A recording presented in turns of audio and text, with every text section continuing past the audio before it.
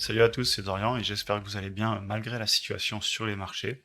En effet, je vous retrouve en milieu d'une semaine qui est assez mouvementée, comme vous avez tous pu le voir.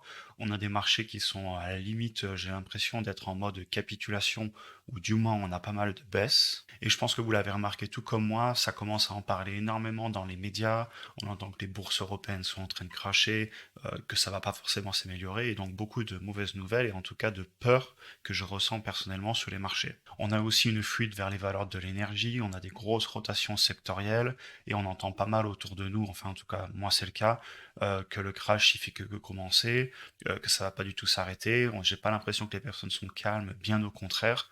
Donc dans cette vidéo, je vous parlerai dans la première partie de la situation du marché, comme je le fais assez souvent. Je vous montrerai les indicateurs, ce que je surveille et ce qui s'est passé globalement sur quelques points qui me semblent intéressants. Et dans la deuxième partie, on regardera les actions individuelles que je viens de racheter et je vous parlerai aussi des actions que j'aimerais racheter dans les jours qui arrivent ou même dans les mois qui arrivent selon si la baisse continue et aussi celles que je surveille ou que je pense regarder d'un petit peu plus près dans les jours qui arrivent. Très bien, donc passons sur la revue du marché. Donc là, je vous ai mis le CAC 40 parce que dans l'intro, je vous parlais justement qu'il y a eu des grosses corrections en Europe. Et en effet, on voit que si on prend les plus hauts et on est descendu à plus de moins 21, 22%, et là, on est à moins 20% en quoi? En seulement 2 mois. Allez, 2 mois et demi. Donc effectivement, c'est violent. Et je voulais vous montrer vous aussi des graphiques en journalier. Je le fais pas souvent parce que je les regarde pas forcément. Mais si vous regardez par exemple la journée d'hier, là on est mercredi matin très tôt. On a ouvert, on est monté en quelques minutes, allez, en une demi-heure, exactement d'ailleurs, à plus presque 4,5-4,6%. Et ensuite, on a redescendu et on a fini la journée en hausse de seulement, a priori, 1%. Si on va regarder le S&P 500, on a la même chose. Là aussi, on est aussi en minutes. Et si je le prends à l'ouverture, donc en France à 15h30 ici, là, ici. Donc on a ouvert à peu près au milieu, vous voyez qu'on est remonté, et ensuite on a fini la journée en baisse. Et donc si vous prenez sur la journée sur le S&P 500, on a des variations sur une journée de pas loin de 3%, ce qui montre quand même une grosse volatilité, surtout qu'on fait un plus bas sur la journée, puis on remonte énormément, et ensuite on redescend à ce plus bas. De la même façon, normalement, on va retrouver la même chose sur le Nasdaq. Donc voilà, vous voyez, le graphique du Nasdaq ressemble beaucoup. Et là, par contre, on est sur une variation de plus de 4% sur la journée. Donc voilà, marché très volatile. On a, je pense, si on va en daily, on va voir qu'on a beaucoup de faux espoirs, entre guillemets. On a des rebonds. Donc voilà, vous voyez, par exemple, la fin février, on avait fait un plus bas. On est remonté et puis d'un coup, ça y est, on récapitule encore. Et donc le marché, il pourrait très bien continuer à baisser, ça on ne le sait pas, mais aujourd'hui on est clairement en bear market puisqu'on a passé les 20% de baisse en seulement quelques mois. Évidemment, ces grosses volatilités, ces baisses sont liées à toutes les peurs, les actualités, on ne va pas les répéter. Enfin, on peut, il y a l'inflation, les conflits géopolitiques, la peur d'une récession, et j'en passe, on en reparlera un petit peu plus tard. Mais globalement, ce sont des facteurs qui impactent les marchés. Et comme vous le savez, moi personnellement, j'essaie pas de savoir ce qui va se passer par la suite. On peut très bien continuer à baisser ou à remonter, mais je le fais pas parce que je suis pas un trader. Je respecte énormément les personnes qui font du trading. On peut faire beaucoup d'argent aussi de cette façon, mais c'est pas ce dont je vous parle dans mes vidéos personnellement. Alors ensuite, je voulais vous montrer le pétrole. Le pétrole, donc, il a explosé à la hausse, comme vous le voyez. Si on regarde entre fin décembre, début janvier, bon, ben, on a fait un plus 70%. Alors, le pétrole, c'est très inquiétant et je voulais revenir dessus. Donc, tout d'abord, ça a un énorme coût sur les personnes au quotidien. Il faut bien comprendre que c'est un gros risque, notamment ça pourrait ramener une récession, parce que tout l'argent qu'on va dépenser dans l'énergie, le gaz, le pétrole, se chauffer, etc., c'est de l'argent qui ne va pas partir dans des dépenses et dans l'économie. C'est d'ailleurs pour ça qu'on entend souvent dire qu'à chaque fois que le pétrole passe les 100 dollars, ça annonce une récession. C'est en grande partie parce qu'une hausse du prix des matières premières engendre souvent une baisse de la consommation et donc moins de ventes, donc le GDP, donc le PIB baisse, et donc forcément, si on a le PIB qui ne croît plus pendant 2 trimestres, on est officiellement en récession. C'est rien de plus que ça. Et donc forcément, cette forte variation de l'énergie qui implique donc une inflation, et en plus avec tout ce qu'on a en géopolitique en ce moment, on a beaucoup de rotation sectorielle. Et ça, c'est quelque chose dont je voulais vous parler dans la première partie de la vidéo. Donc actuellement, on a les énergies qui vont monter, et à l'inverse, on a tout ce qui est la consommation qui va baisser. Donc par exemple, on pourra aller le voir ensemble, j'avais pas spécialement pensé à le faire, mais on pourrait le faire. Donc si on pense aux énergies, on va de suite aller voir par exemple ExxonMobil, je pense que tout le monde connaîtra. Et donc bon, bah, rien d'étonnant, voilà, l'entreprise a explosé depuis que le pétrole a explosé. À l'inverse, si on va voir la consommation, on pourrait passer à LVMH. Alors LVMH, je sais qu'elle a baissé, donc bon, ça m'aide à vous dire qu'elle a baissé. Je prends un exemple assez facile, entre guillemets, mais forcément, elle a fortement corrigé. On peut aussi penser, allez, par exemple, on va prendre Disney dans les loisirs. Je pense que Disney a dû baisser, oui, donc voilà, bon, forcément, Disney baisse. Un autre secteur auquel on pense pas du tout, c'est les banques. Les banques, elles souffrent dans ces moments-là. Alors, il y a un débat sur les banques, on va quand même aller voir. Et donc voilà, par exemple, JP Morgan, la plus grosse banque du monde, elle a baissé. Alors pour les banques, c'est assez compliqué parce que on entend souvent dire que vu que les taux vont certainement remonter, vu que la Fed parle de monter les taux, les banques vont fortement en profiter, donc il faut investir dans les banques. Alors je pense que c'est pas forcément une bonne analyse ni une bonne idée sur le court terme, hein, parce que les banques, ok, les taux d'intérêt les aident, cependant si la consommation baisse, si les personnes passent plus d'argent dans les énergies et elles passent moins d'argent dans la consommation, tout ce qui est crédit, tout ce qui est tout simplement les transactions sur lesquelles elles gagnent énormément d'argent, ça va baisser. Et donc les banques ne vont pas du tout en profiter. Qui plus est que pour rappel, si on rentre en récession, il n'est pas dit que les taux d'intérêt augmentent. Ça, on va le savoir la semaine prochaine, le 16. On a un rendez-vous avec notamment la Banque centrale américaine. Il y a encore un mois, je vous rappelle qu'on parlait de 5, 6, 7, 8 hausses de taux à 0,25. Tout le monde disait ça y est, on va arrêter l'inflation, ça va repartir. J'attends de voir. Honnêtement, avec ce qui se passe en ce moment sur l'augmentation du prix des matières premières, il se pourrait qu'on ait une, deux hausses de taux peut-être, ce qui fait que ce serait pas du tout assez pour combattre très fortement l'inflation. Donc on va voir, mais c'est pas gagné honnêtement. Donc ensuite, si on passe sur CNBC, bon, ben, on voit qu'on a encore pas mal de volatilité. Là, c'est marrant. Ce matin, quand j'ai regardé, là, quand je préparais la vidéo, le Nasdaq devait ouvrir à la baisse. Maintenant, on voit qu'il devrait ouvrir à la hausse, donc grosse volatilité. On voit aussi beaucoup de peur, évidemment. Tous les articles sont effrayants plus les uns que les autres. Coca-Cola, Pepsi, McDonald's, Starbucks se retirent du marché russe. Là, on parle du renforcement des liens entre l'Ukraine, les États-Unis, l'Europe, le Japon. Bref, beaucoup de peur. Là, on lit que les indices en Chine ont ouvert à la baisse à l'ouverture. Donc voilà, beaucoup de peur. Et on le retrouve d'ailleurs dans quelque chose que je vous montre souvent qui est le Fear and Greed Index de CNN. Et donc si vous vous rappelez, il n'y a même pas 2 semaines, je vous l'avais montré, on était dans Fear, on était autour des 40 et ça y est, on est en Extreme Fear. Et d'ailleurs, je me rappelle, il y a 2 semaines, je vous avais dit, ça me paraît très bizarre qu'on soit seulement en Fear, donc dans la peur et pas dans l'extrême peur, parce que déjà, il y a 1 à 2 semaines, on ressentait énormément dans les médias, etc., qu'il y avait une grosse peur, et même autour de nous, on entendait tout le monde qui voulait vendre, que c'était pas le moment d'acheter, beaucoup de mentalité court terme qui revenait. Et donc moi, comme vous le savez, j'achète tous les mois, quoi qu'il arrive, aussi bien mes ETF sans me poser de questions, le même montant en DCA chaque mois, que des actions que je sélectionne en fonction de quelle action est une bonne affaire pour moi en ce moment. Et donc je vous rassure que quand je vois le Fear and Greed Index au plus bas, ça me pousse à continuer à acheter parce que généralement ça crée des opportunités. Attention évidemment, ça ne veut pas dire que ça va continuer à baisser, hein. Si on prend le CAC 40 ou le Nasdaq par exemple, allez, le Nasdaq, évidemment il pourrait très bien baisser encore fortement, rien ne l'empêche de perdre encore des dizaines de pourcents, mais ça n'empêche que je continuerai à acheter, comme je le répète à chaque fois, moi je suis incapable de toucher, de prévoir pardon, la baisse et de toucher les plus hauts pour revendre, comme par exemple il y en a qui auraient pu réussir à le faire il y a 2 ans en 2020, moi je suis incapable de le faire donc j'achète tous les mois et ça lisse mes coûts de revient sur le long terme et surtout je vends pas. Évidemment quand je dis je vends pas, ça peut m'arriver de vendre comme je le dis à chaque fois, soit si l'entreprise, le business model, la gestion de l'entreprise ou la croissance future vient à se dégrader, ou alors si une entreprise a explosé à la hausse de façon déraisonnable, il n'y a pas de petits gains, ça peut m'arriver de les prendre, mais c'est extrêmement rare et ça va continuer comme ça. Alors l'autre indicateur que je voulais vous montrer juste avant de vous parler des actions que j'ai achetées, c'est celui que je vous montre souvent de chez Yardeni, et c'est tout simplement les indicateurs, donc là pour le coup le forward PE historiquement. Donc on voit que donc, les forward PE, donc, ce sont les price to earning ratio, donc les prix des actions par rapport au revenu net dans le futur estimé par les analystes. Et donc on voit que sur les petites et moyennes entreprises, on est en dessous des moyennes historiques. On voit que là sur les petites entreprises, on est autour de 13. 13,4. Sur les moyennes entreprises, 13,6. Par contre, sur les large caps, on est encore sur des 18. Alors c'est beaucoup moins que les 23, 24 qu'on avait il y a encore un an, quand on était dans une euphorie extrême sur les marchés, notamment en début 2021. mais c'est quand même déjà beaucoup plus raisonnable. On voit qu'historiquement, on est sur des moyennes autour de 16, et donc on pourrait y revenir. Et donc ça, comme je vous le disais, ça nous confirme que la baisse n'est peut-être pas finie, hein, parce que si vous regardez actuellement, vous allez voir les actions comme Apple, Microsoft, Google, elles ont corrigé, mais elles n'ont pas corrigé de 20%, et elles pourraient très bien continuer à baisser, clairement. L'autre graphique quand même que je voulais vous montrer, que je parle assez peu souvent, mais je l'ai trouvé intéressant pour cette fois-ci, le voilà. Alors, c'est le price to earning, donc les prix par rapport au revenu net, divisé par la croissance future estimée sur les 5 prochaines années, d'après le consensus des analystes. Et on voit qu'on est revenu sur un très bas.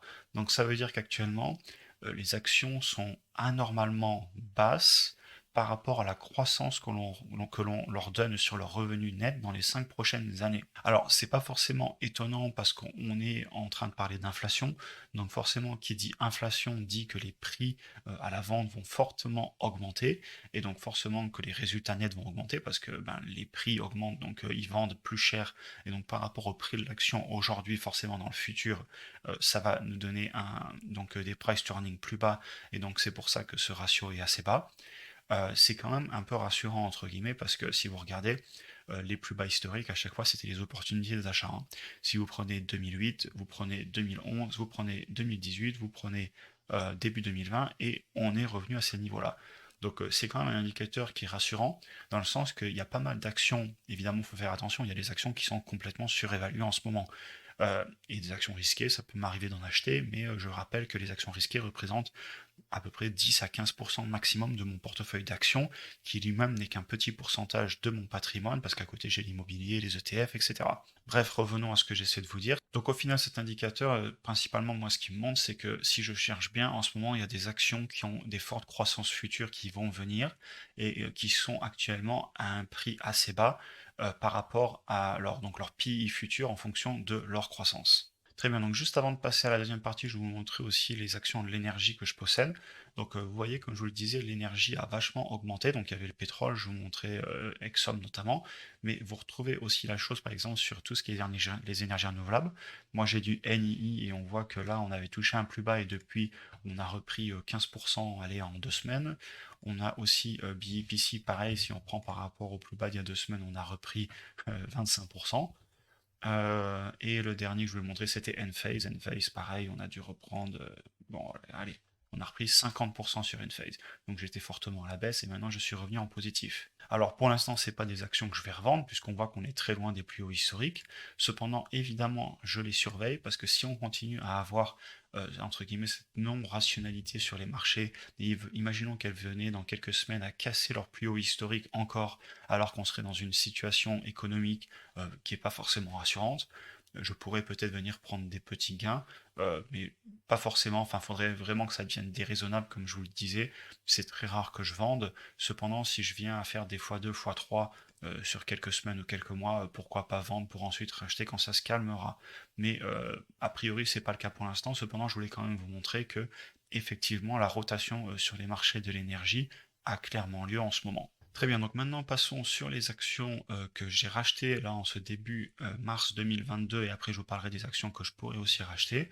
Donc tout d'abord, comme d'habitude, j'ai racheté du S&P 500 sans me poser de questions. Là, c'était le 2 du mois, le temps que le transfert arrive. Et j'ai aussi racheté, comme d'habitude, de l'ETF marché émergent. Et enfin, j'ai aussi racheté du dividende monde. Celui-là, je vous en parle pas trop souvent, mais je l'achète principalement parce qu'il y a beaucoup d'actions value à l'intérieur. Si vous allez le voir, vous avez tous les Johnson Johnson, les Nestlé, les 3M, les McDonald's, etc. Donc beaucoup d'entreprises value que j'ai pas forcément dans le S&P 500 et ça me permet de m'y exposer plus sans me prendre la tête et en plus ça me paye un dividende assez élevé qui a tendance à augmenter, donc parfait pour moi. Ça fait partie des 3 ETF que j'ai acheté le mois dernier. Des fois je l'achète, des fois pas, mais globalement j'achète des ETF, comme je vous le dis, tous les mois, quoi qu'il arrive en DCA, le même montant, et généralement je le mets sur S&P 500, marché émergent, et celui-ci. Très bien, donc maintenant pour les actions que j'ai achetées, comme prévu, j'ai racheté du Nvidia. Donc on voit que j'ai racheté sur le niveau des 215 $, donc en fait qui était mon prix de revient actuel. Donc vu que je suis revenu à un niveau où j'avais plus de gains, et bien j'en ai racheté. C'était quelque chose que j'avais prévu dans la vidéo des actions que j'allais racheter en mars. Pareil, j'ai racheté du AMD. Donc on voit que j'ai acheté au niveau des 111 $, elle a rebaissé. Je vais peut-être en racheter, affaire à suivre. J'ai aussi racheté du Facebook, ça là je l'avais pas prévu, mais vu qu'elle a continué à baisser depuis ma dernière vidéo, j'ai racheté une seule action, donc voilà, j'y vais pas trop. Mais bon, tant qu'elle continue à baisser, j'en rachèterai peut-être une par mois, pourquoi pas jusqu'à monter à peut-être 2500, 3000 $ investis. Tout simplement parce que je pense qu'on est arrivé sur des prix trop bas pour une action comme Facebook. Pardon, maintenant il faut l'appeler Meta, c'est vrai, bon je vais changer, on va l'appeler Meta. Mais bref, voilà, je sais que c'est une action à polémique, assez risquée parce qu'ils sont en train d'investir énormément d'argent dans un business model qui n'est pas prouvé rentable. Mais moi personnellement, je l'achète, j'en avais parlé dans plusieurs vidéos auparavant et j'avais expliqué pourquoi. Alors ensuite, l'autre action que je voulais racheter, je vous en avais parlé, c'était Microsoft. J'ai un ordre d'achat qui doit être à 270 $ et on l'a pas touché à rien du tout hier. Bon, bah tant pis. Peut-être qu'on le touchera demain, on va voir. Ou sinon, peut-être que je remonterai un petit peu. Mais on voit que globalement, j'avais une lettre d'achat au niveau des 270 $. Donc, si on vient toucher ce prix, l'action s'achètera automatiquement comme prévu. Et ensuite, il y a d'autres actions que je surveille en ce moment. Il y avait aussi Tesla dont je vous avais parlé. J'en avais racheté une et je vous avais dit que si elle venait à redescendre sous les autour des 700, 750 $, j'en rachèterai. Donc pareil, j'ai un ordre d'achat continu. Si l'action vient à baisser, ça s'achètera automatiquement. Et ensuite, je voulais vous parler donc des plus grosses actions que je surveille.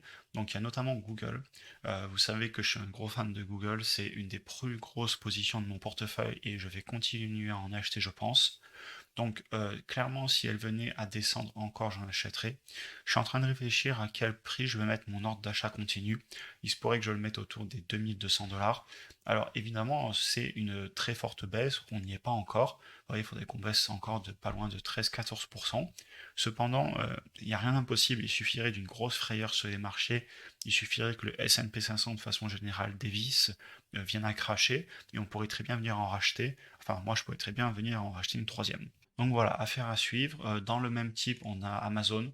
J'en avais racheté 20% d'une action et je pense continuer à en racheter si elle continue à baisser pour monter à 2 actions au total. Sachant qu'en ce moment, j'ai 1,2 actions, donc 120% d'une action Amazon. Et ensuite, il y a pas mal d'autres petites actions que je voulais vous montrer qui commencent à m'intriguer et que j'ai envie de rechercher. C'est pas dit que je vais les acheter par contre, hein, clairement. Je suis transparent avec vous et quand j'achète une action, je vous le dis.